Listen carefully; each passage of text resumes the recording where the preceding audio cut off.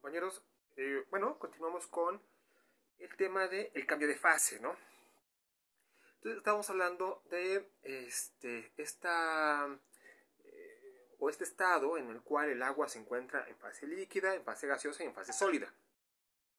Quiero comentarles que eh, una fase se va a caracterizar porque solamente encontramos líquido, ¿sí?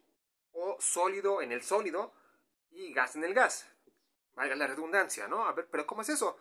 Ah, porque, bueno, fíjense, si ustedes tuviesen este eh, agua, ¿no? Agua y le agregan pedacitos de hielo.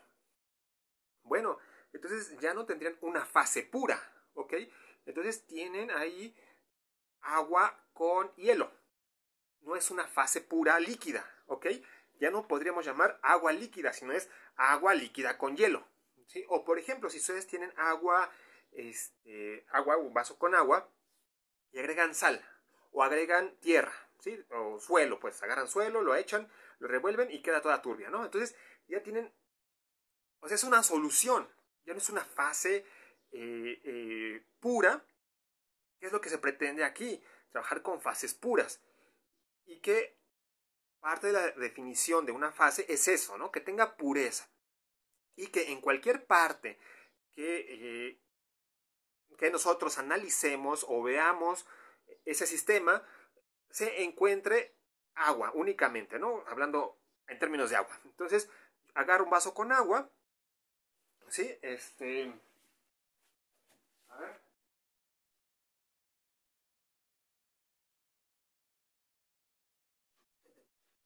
estoy buscando, ¿eh?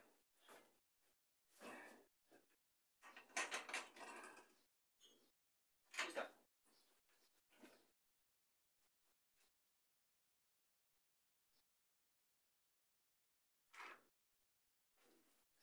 Perdón. Se fue el laboratorista. Entonces, pues, tengo yo que hacer de laboratorista y de profesor, ¿no? Entonces, yo tengo aquí vaso con agua. Eh, yo tengo una fase líquida. Debemos de entender que esta fase, si yo la analizo aquí, la analizo acá, la analizo acá, la analizo acá, la analizo acá, entonces yo tengo únicamente una sustancia o un líquido el cual posee las mismas características, voy a denominarlo de esa manera, ¿sí?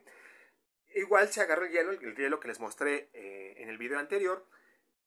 Yo agarro un pedazo o analizo una parte, analizo otra parte, voy a ver que tiene la misma composición y las mismas características. Es decir, tendrán ahí una cristalinidad en el agua, ¿sí? Porque se formó hielo. Y lo mismo en la fase gaseosa. Bien, ahora hay que discutir algo. ¿Cómo podemos o qué estaría pasando si yo dejo este vaso, ya lo habíamos dicho ayer con lo del florero, si dejo este vaso al sol o si lo meto al refrigerador? Cambiaría de fase, ¿no? Si lo dejo al sol, pasa a fase vapor. Si lo cambio, si lo meto al refrigerador o al congelador, a fase sólida. Pero, ¿qué está haciendo que existe este cambio? Bueno, si bien ya es una adición o una sustracción de calor a ese sistema para que cambie de fase, y es correcto eso, en el fondo hay una fuerza conductora. ¿Y a qué me refiero con fuerza conductora? Bueno, voy a verlo en términos muy coloquiales. Por ejemplo, ¿no? Cuando el bebé tiene hambre, el bebé chilla, ¿sí? Eh, o, por ejemplo, igual un perro, ¿no? El perro tiene hambre y agarra y nos rasca o chilla.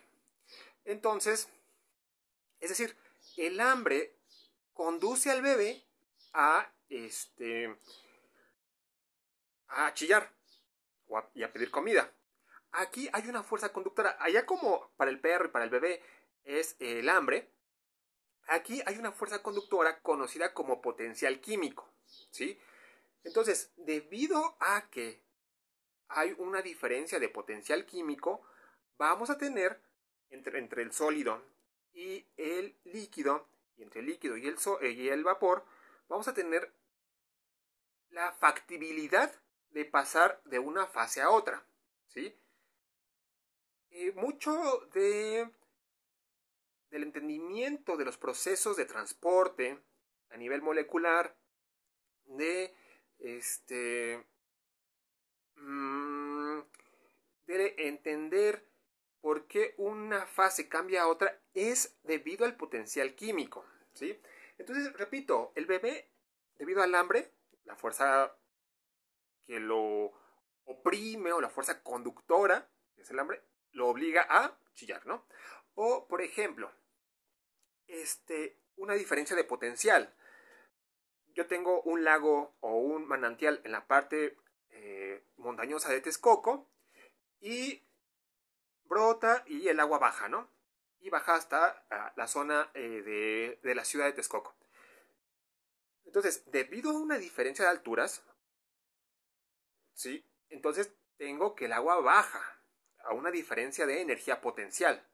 Entonces, debido a esa diferencia de energía potencial, yo tengo que esa fuerza conductora hará que el agua baje. ¿Bien? O, por ejemplo, el caso de las pilas, ¿no? ¿Qué hace que los electrones vayan de un polo a otro, o de una terminal o de un poste a otro poste? Bueno, pues una diferencia de potencial, ¿sí? Aquí entonces también existirá una diferencia de potencial, bueno, allá de potencial eléctrico, y aquí en termodinámica, y específicamente ahorita que estamos hablando de fases, una diferencia de potencial, ¿sí? Potencial químico. Aquí se conoce como diferencia de potencial químico. Como existe entonces esta diferencia de potencial entre el líquido y el vapor, y el sólido y el líquido, entonces podremos tener la factibilidad de pasar de una a otra. Entonces, ¿cómo está eso, no? Se los platico, se los voy a explicar, claro, pero se los platico como para que vayan imaginándose y se vayan adelantando en esto que vamos a hablar. Entonces, fíjense, si yo coloco un hielo sobre la mesa, ¿sí? O lo saco del congelador y lo dejo ahí sobre la mesa, pues veremos que en un rato, pues ya se está empezando a derretir, ¿no? Entonces, vean, aquí observamos la factibilidad que tiene el hielo de pasar a una fase líquida. Hay una diferencia potencial químico que hace eso. Y tenemos que si dejo yo el agua en el vaso y lo dejo por mucho tiempo, entonces pasará a fase gaseosa. Entonces, o a fase vapor. Entonces, aquí tenemos esta situación en la cual hay una diferencia de potencial químico entre la fase líquida y la fase vapor, y hará entonces ese transporte, que las moléculas se vayan hacia la zona que posee menor potencial. Mientras menor potencial químico tenga la fase, entonces va a ser la zona a la cual se dirigirán las fases. Por ejemplo, la fase que tiene menor potencial químico es el vapor. Después le sigue el líquido y después le sigue el sólido. En otras palabras, el sólido pasará al líquido y el líquido a vapor, debido a que yo tengo acá el vapor. Acá tengo el sólido. Y de manera intermedia el líquido, ¿sí?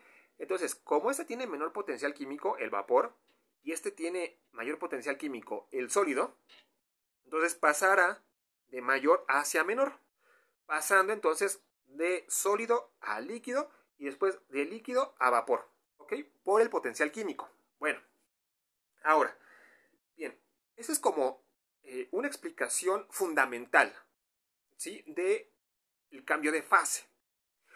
Pero, cuando ustedes tienden o tienen ese cambio de fase, existe un equilibrio, ¿sí? ¿Cuándo es el equilibrio? Bueno, cuando ustedes tienen una temperatura a la cual, por ejemplo, a los 100 grados Celsius, yo tengo un equilibrio entre el líquido y el vapor. ¿sí? El agua líquida y el vapor de agua, ¿ok? O, por ejemplo, a 0 grados Celsius. Es una temperatura de equilibrio en el cual yo puedo tener agua líquida y, eh, y agua sólida en forma de hielo, ¿sí? Entonces, ahí, en esos puntos o en esas temperaturas de equilibrio, la de 0 grados Celsius, conocida como temperatura de fusión, o la temperatura de ebullición, que es la de 100 grados Celsius, yo ahí el potencial químico en esos puntos será igual, ¿sí? Ahí no hay cambio. Hay una igualdad entre los potenciales químicos, de tal manera, entonces, que esa se le conoce como temperaturas de equilibrio. Vamos a ver el diagrama de fases para que ustedes entiendan esta situación. Bueno, tanto en teoría como en laboratorio, porque también en el laboratorio se alcanza a ver esto. Pero antes de pasar a eso, ¿sí? Retrocedo un poquito, ¿sí? Retrocedo y voy a tocar lo de la entalpía, ¿sí? Porque de la entalpía venimos, ¿sí? La entalpía es nuestra mamá, ¿sí? ¿O no, compañera? Oh, claro, profesor. Claro que sí. Usted, la entalpía es mi mamá. ¿Ya ven? Entonces, ah, venimos de la entalpía, ¿sí? A la entalpía nos debemos. Démosle gracias a la entalpía. No. Ah, Hablábamos de las reacciones exotérmicas, endotérmicas, el cálculo de la entalpía cuando teníamos una temperatura distinta. Apareció la entalpía cuando trabajábamos con los procesos. Apareció la entalpía cuando definíamos capacidades caloríficas. Entonces, vean, venimos arrastrando todo eso y aquí aparece. ¿Sí? Aquí sigue apareciendo. También hablamos de entalpía cuando vimos lo del calor latente y lo del calor sensible, perdón, calor sensible.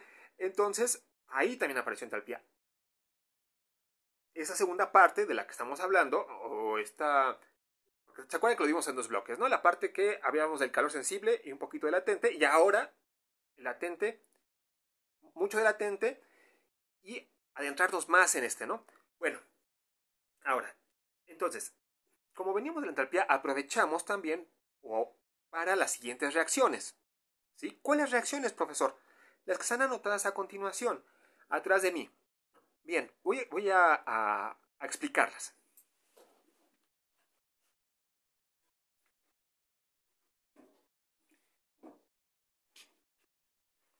Fíjense, yo tengo la siguiente reacción. Tengo agua sólida que me da agua líquida. ¿Ok? Ahora, yo tengo que aquí existe una fusión. ¿Sí? Una fusión del sólido, que en este caso es el agua vapor, ¿no? Ahora, espérenme, déjenme ver algo antes de continuar. Espérenme. Sí, a ver, es una fusión. Es una fusión. Fíjense, yo tengo aquí un delta H. Entonces tengo el delta H del agua líquida menos el delta H, perdona, bueno, es que la iluminación del estudio, ¿sí? De aquí de los estudios Churubusco,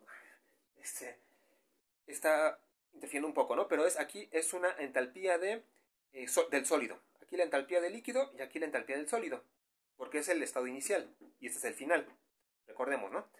Y entonces me da un valor de 6.01 kilojoules sobre mol. Y suena lógico, ¿no? O sea, para pasar de el estado sólido al estado líquido, nosotros requerimos meter calor al sistema. Repito, del sólido al líquido.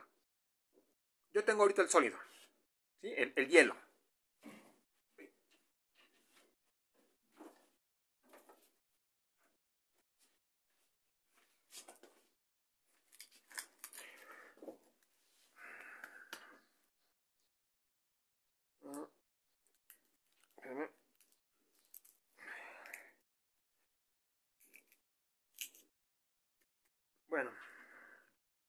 quiere salir el hielo. Está muy... Bueno, te voy a esperar un poco que se derrita y ya se los muestro. Pero bueno, en fin. Entonces, yo tengo aquí al famosito hielo. ¿Sí? No sale. No me graben, por favor. Apaguen la cámara. Bueno, tengo aquí el hielo. ¿Sí? Entonces, ese es el reactivo, ¿no? El sólido. Si yo le aplico calor, es decir, le introduzco energía, la entalpía debería ser positiva, ¿no? Porque estoy ingresando calor. Y pasaría a la fase líquida, que es la que tengo acá arriba. Acá, de este lado. Entonces yo tengo esta reacción con ese delta H. Bien, ahora lo que estoy poniendo aquí son esos deltas H, son valores ya estudiados y se los estoy colocando para explicar el tema. ¿Sí? A lo mejor me dice Rachel, profesor, en el laboratorio yo obtuve otro valor. Claro, Rachel, tú puedes obtener otro valor, pero rondará a ese. De hecho, vamos a hacer un ejemplo, pero bueno. Bien, ahora, ¿qué pasa si yo tengo la reacción contraria? Es decir, voy ahora de líquido a sólido. ¿Qué tengo que hacer? De líquido a sólido. Entonces, imaginémonos que tengo yo mi vaso con agua. Tengo mi vaso con agua. Voy y lo meto al refrigerador o al congelador. ¿Sí? Específicamente al congelador. Lo meto. ¿Y qué necesita? ¿Qué necesita la máquina hacerle al sistema para pasar de líquido a sólido? Claro, necesita extraerle calor. No en balde, la parte de atrás de los refrigeradores, lo hacíamos hace tiempo, está caliente. O la parte de abajo de también algunos refrigeradores está caliente. O los refrigeradores estos del Oxxo, y no es comercial, o de otros centros de conveniencia, están calientes porque están extrayendo el calor de los alimentos, están extrayendo el calor de las bebidas, están trabajando contra el pues contra el ambiente, ¿sí? Termodinámicamente están trabajando contra el ambiente para dejarlos fríos. Entonces extraemos calor del líquido y tenemos el sólido. Ahora, ese calor, ¿a dónde se va? Bueno, en el caso del refrigerador, pues se va al ambiente, ¿no? Todo ese calor que estamos extrayendo se va al ambiente. Ahí se desecha. El ambiente sería el sumidero de calor. Bueno, entonces, ¿qué pasa ahora con ese delta H? Aquí yo tengo la reacción. Fíjense, voy ahora de líquido a sólido. ¿Qué pasa con el delta H? Como nada más únicamente se cambió la dirección de la reacción, el delta H es negativo. ¿Sí? Y entonces yo tengo menos 6.01 kilojoules sobre mol. Y tan. ¿Ok?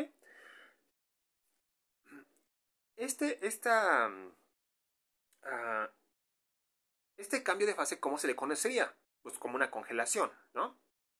Yo voy de líquido a sólido. Bueno, ahora vamos con la reacción siguiente, la que tiene que ver con el paso de líquido a vapor. ¿Sí? Yo tengo aquí mi líquido y quiero convertirlo a vapor. Necesito aplicarle un calor, un delta H. ¿Sí? Un calor a presión constante o un delta H. ¿Sí? Yo aquí tengo que transferirle calor.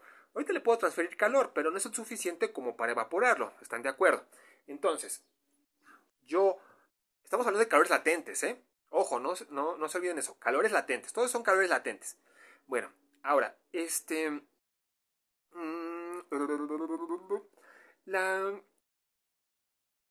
la energía necesaria para pasar de líquido a vapor, el agua, es de 40.7 kilojoules sobre mol. Veíamos en el ejercicio del video pasado que ese calor latente estaba participando en la ecuación, ¿sí? Recuerdan que estaba el calor sensible, después el calor latente, después el calor sensible, ¿ok? En esa trayectoria que nosotros seguíamos. Ese calor latente que está ahí es este, ¿sí? Es ese de aquí. Cuando estamos entonces pasando de líquido a vapor. ¿Sí? Y entonces se requieren 40.7 kilojoules sobre mol para pasar el agua de líquido a vapor. ¿Sí? El calor latente. Bien. Un calor a presión constante. ¿Sí? Bueno, ahora, ¿qué pasa con la reacción contraria o el fenómeno contrario? ¿Sí? Eh, de vapor a líquido.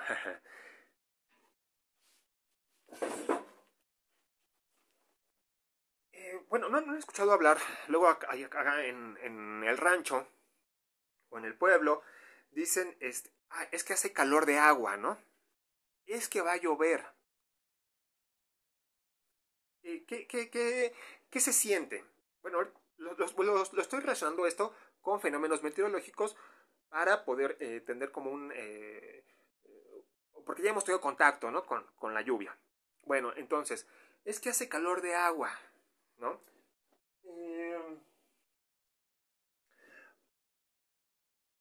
Es que va a llover, ¿no? Y regularmente así pasa. Antes de llover se siente un calor así medio sofocante, ¿no? Pues bueno, no es de a gratis. Fíjense, la reacción contraria, es decir, de vapor a líquido, la condensación, que es cuando se forma la lluvia, genera calor, ¿sí?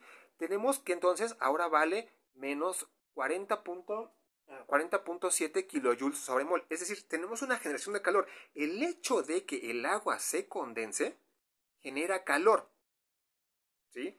Genera energía. Está padre, ¿no? Entonces, ¿dónde se va toda esa energía? Al ambiente. Me dirá un ingeniero, específicamente Alfredo, ¿no? Me dice alguien que nos esté viendo. Muchas gracias.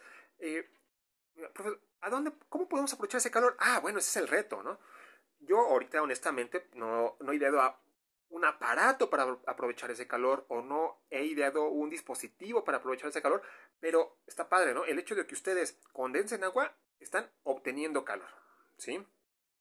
Entonces, ahí lo vemos de manera palpable con esto de la lluvia. Cuando hay una condensación, se siente calor en el ambiente y bochornoso, ¿no?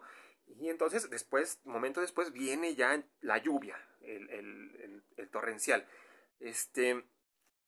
Entonces, ahí está esto. Ahora, en el caso bueno, nada más se olvidó aquí comentar, cuando vamos de líquido a vapor, que tenemos una absorción de calor, ¿no? Porque es 40.7 kilojoules. Cuando termina de llover, ¿no? Y salimos a la calle o salimos así a caminar, ¿qué se siente? Y es más, hasta las mamás nos dicen, ¿no? Llévate el suéter, ¿no? Porque acaba de llover o porque hace frío, ¿no? Ah, disminuyó la temperatura, ¿no? Es decir, eh, podemos verlo de esta manera. El agua líquida que cayó y que mojó tanto las casas, la calle, todo, ahora está evaporándose y para evaporarse roba calor del ambiente. Si ustedes no se cubren, pues les va a robar calor y se van a enfermar. Entonces, termodinámicamente esto tiene sentido, ¿sí? El hecho de que el agua cuando se está evaporando en la calle, en la plaza o en el patio en donde están ustedes, pues roba calor, ¿sí? Va para evaporarse. Y va a robarle calor al cuerpo con el que está en contacto. Ustedes, la casa, las plantas, el suelo, para irse otra vez a la atmósfera. Habrá agua que se queda retenida por ahí, en una tina, etcétera, pero en general se evapora robando calor. Bien, entonces vean cómo esto que les estoy platicando de la delta H o el calor latente de fusión, de vaporización, y que se da a presión constante, se puede aplicar en nuestra vida cotidiana, ¿no? Y sobre todo, por ejemplo, en fenómenos meteorológicos. Bien, por ejemplo, en el caso de IBQs o, por ejemplo, en el caso de ingenieros químicos que quieren enfriar algo, pues lo que tienen que hacer es evaporar. Para eso existen los evaporadores, ¿no? Tienen la leche caliente, ¿sí? Después de una pasteurización, o tienen un líquido que quieren enfriar y lo ponen en contacto con el agua. Al ponerlo en contacto con el agua, pues entonces el agua se va a evaporar robándole calor a la leche o a ese líquido o a esa superficie que quieran enfriar. ¿Sí? Eso se ve con más detalle y con cálculos, claro está, en transferencia de calor. Bueno, aquí ya tengo el hielo, ¿sí? Entonces aquí ya se está derritiendo. Bueno, debido a que está absorbiendo calor, ¿no? Bueno, la, vamos a ver ya de manera específica qué sucede con los cambios de fase. Bueno, vamos a ver. Hay una ecuación para entender los cambios de fase en una sustancia. Se construyen los denominados diagramas de fases, ¿sí? Así como, por ejemplo, Carla se llama Carla y tiene su nombre y la conocemos como Carla. Hola Carla, ¿sí?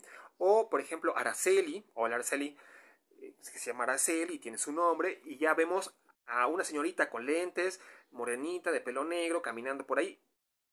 Y bueno, obviamente con los rasgos de Araceli, pues decimos, es Araceli, ¿no? Así aquí, el diagrama de fases va a ser como la huella digital de una sustancia pura.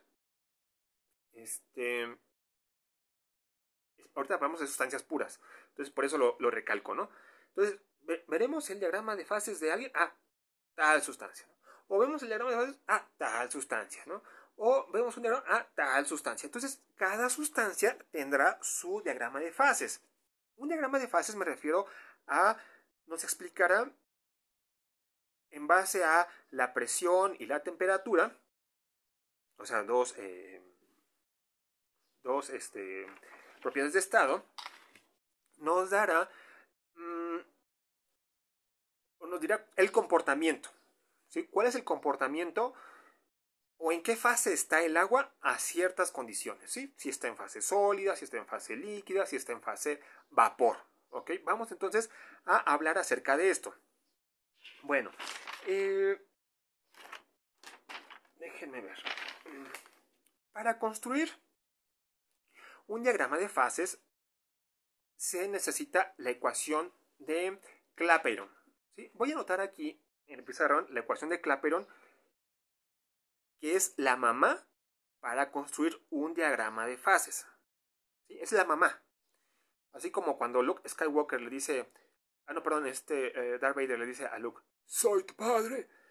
Así, soy tu padre, ¿no? Así, la ecuación de Clapeyron le dice al diagrama de fases, soy tu madre. Entonces, ojo, no lo pierdan de vista. Voy a ponerlo en el pizarrón.